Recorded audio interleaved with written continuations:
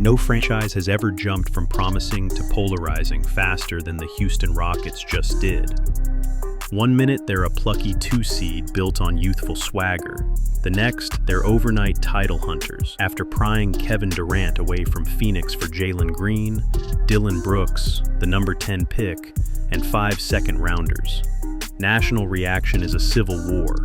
Half of NBA Twitter is carving champion into the Rockets trophy case already, while the other half yells that Durant is 36 and Houston just mortgaged its timeline for a brand-name rental.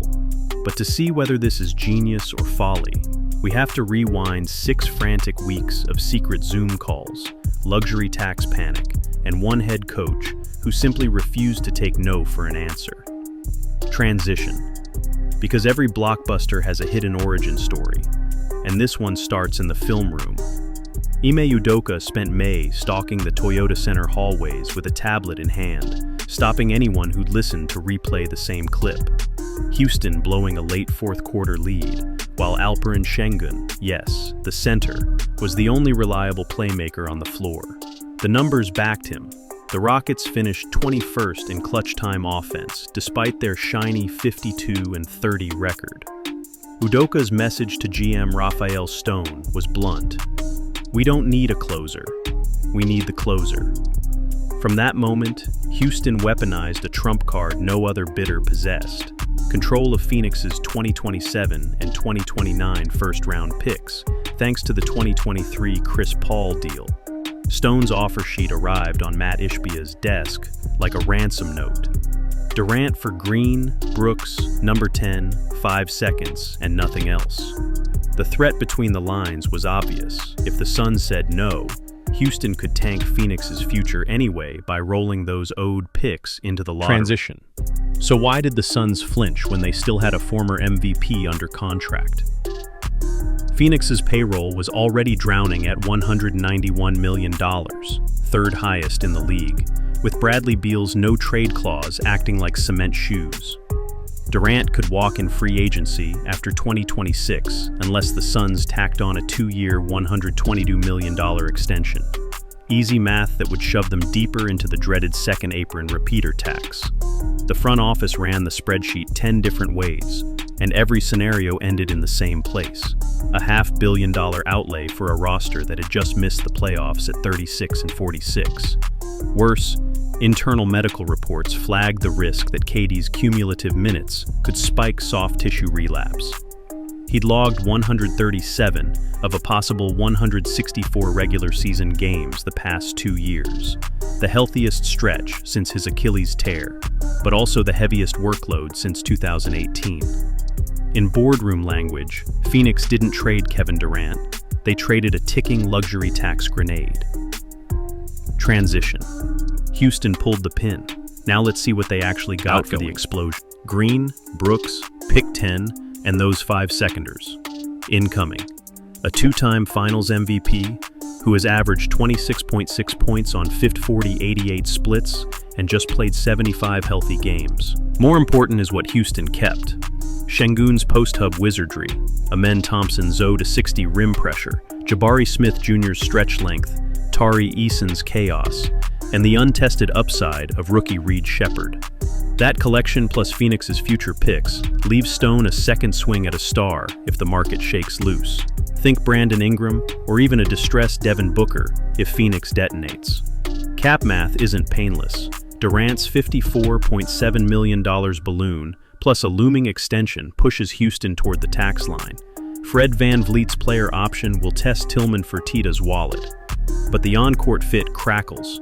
Durant slots into the power forward hole that saw Jabari shoot 45% in the playoffs and disappear from the starting 5.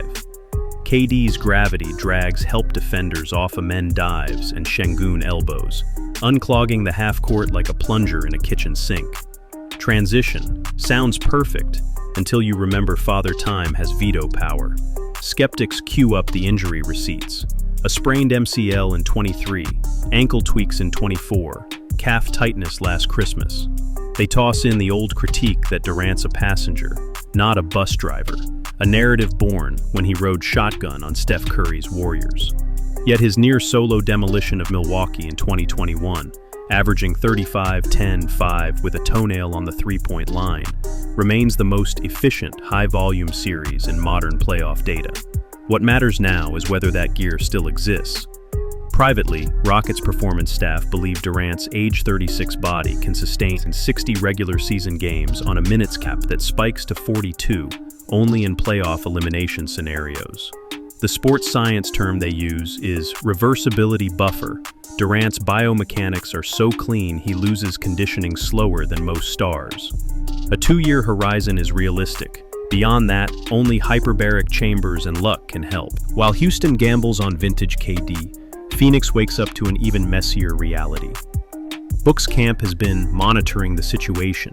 Translation, counting the days until the Suns present a plan that isn't, hope Bradley Beal gets younger. Now the backcourt is a traffic jam.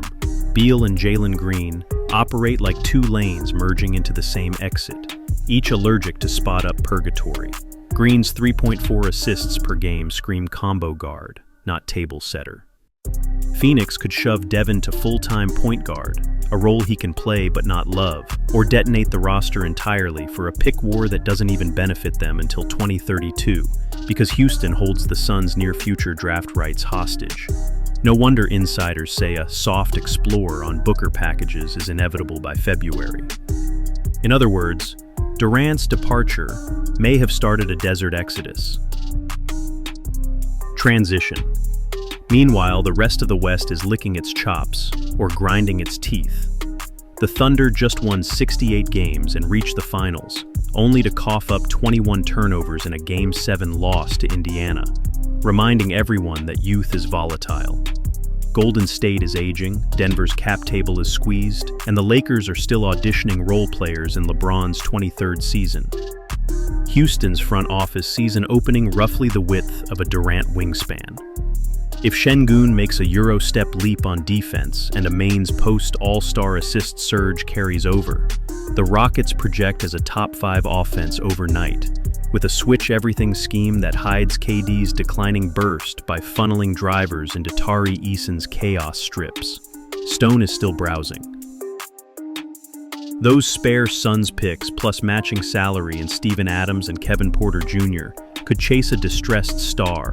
Think Lauri Markkanen if Utah finally hits the red button, or Mikal Bridges if Brooklyn admits defeat. Transition. All of which brings us back to Houston's burning question. High ceiling shortcut or YouTube cautionary tale? Ceiling. Durant restores fourth quarter faith, Amen unlocks point forward mode, Şengün anchors a Jokic light hub, and Houston flattens spacing enough to spam pick and pop chaos. Result. Genuine contender that can trade haymakers with OKC, Denver, or whomever crawls out of the East. Floor. Durant misses 30 games, chemistry stalls, Jabari sulks in a bench role, Van Vliet opts out and walks, leaving Houston tax-strapped with a 37-year-old star on a fresh $60 million extension and no live dribble creators besides Amen. Probability sits somewhere in the messy middle, exactly the gray zone Udoka thrives in. He's already installing a motion set featuring dual touchscreens at the elbows, allowing KD to curl into mid-posts where he shoots 54% even after the Achilles. The coach's private mantra this summer. Simplify the reads, terrorize the matchups. Transition. All that's left is the verdict, so I'll hand the gavel to you. Did the Rockets just weaponize their war chest into the league's most surgical closer, or did they trade tomorrow's dynasty for yesterday's headlines? Either way, the West's balance just tilted. Twitter's flame meter is redlining, and an entire fan base now lives at the intersection of thrill and fear. Drop your take below, masterstroke or meltdown, and buckle up. Because if Rafael Stone isn't done shopping, today's blockbuster might be chapter 1 of a summer that rewrites 2 franchises, and maybe the entire conference pecking order. Outro whisper. Stock up on popcorn, and maybe a little hope, because this ride is only getting started.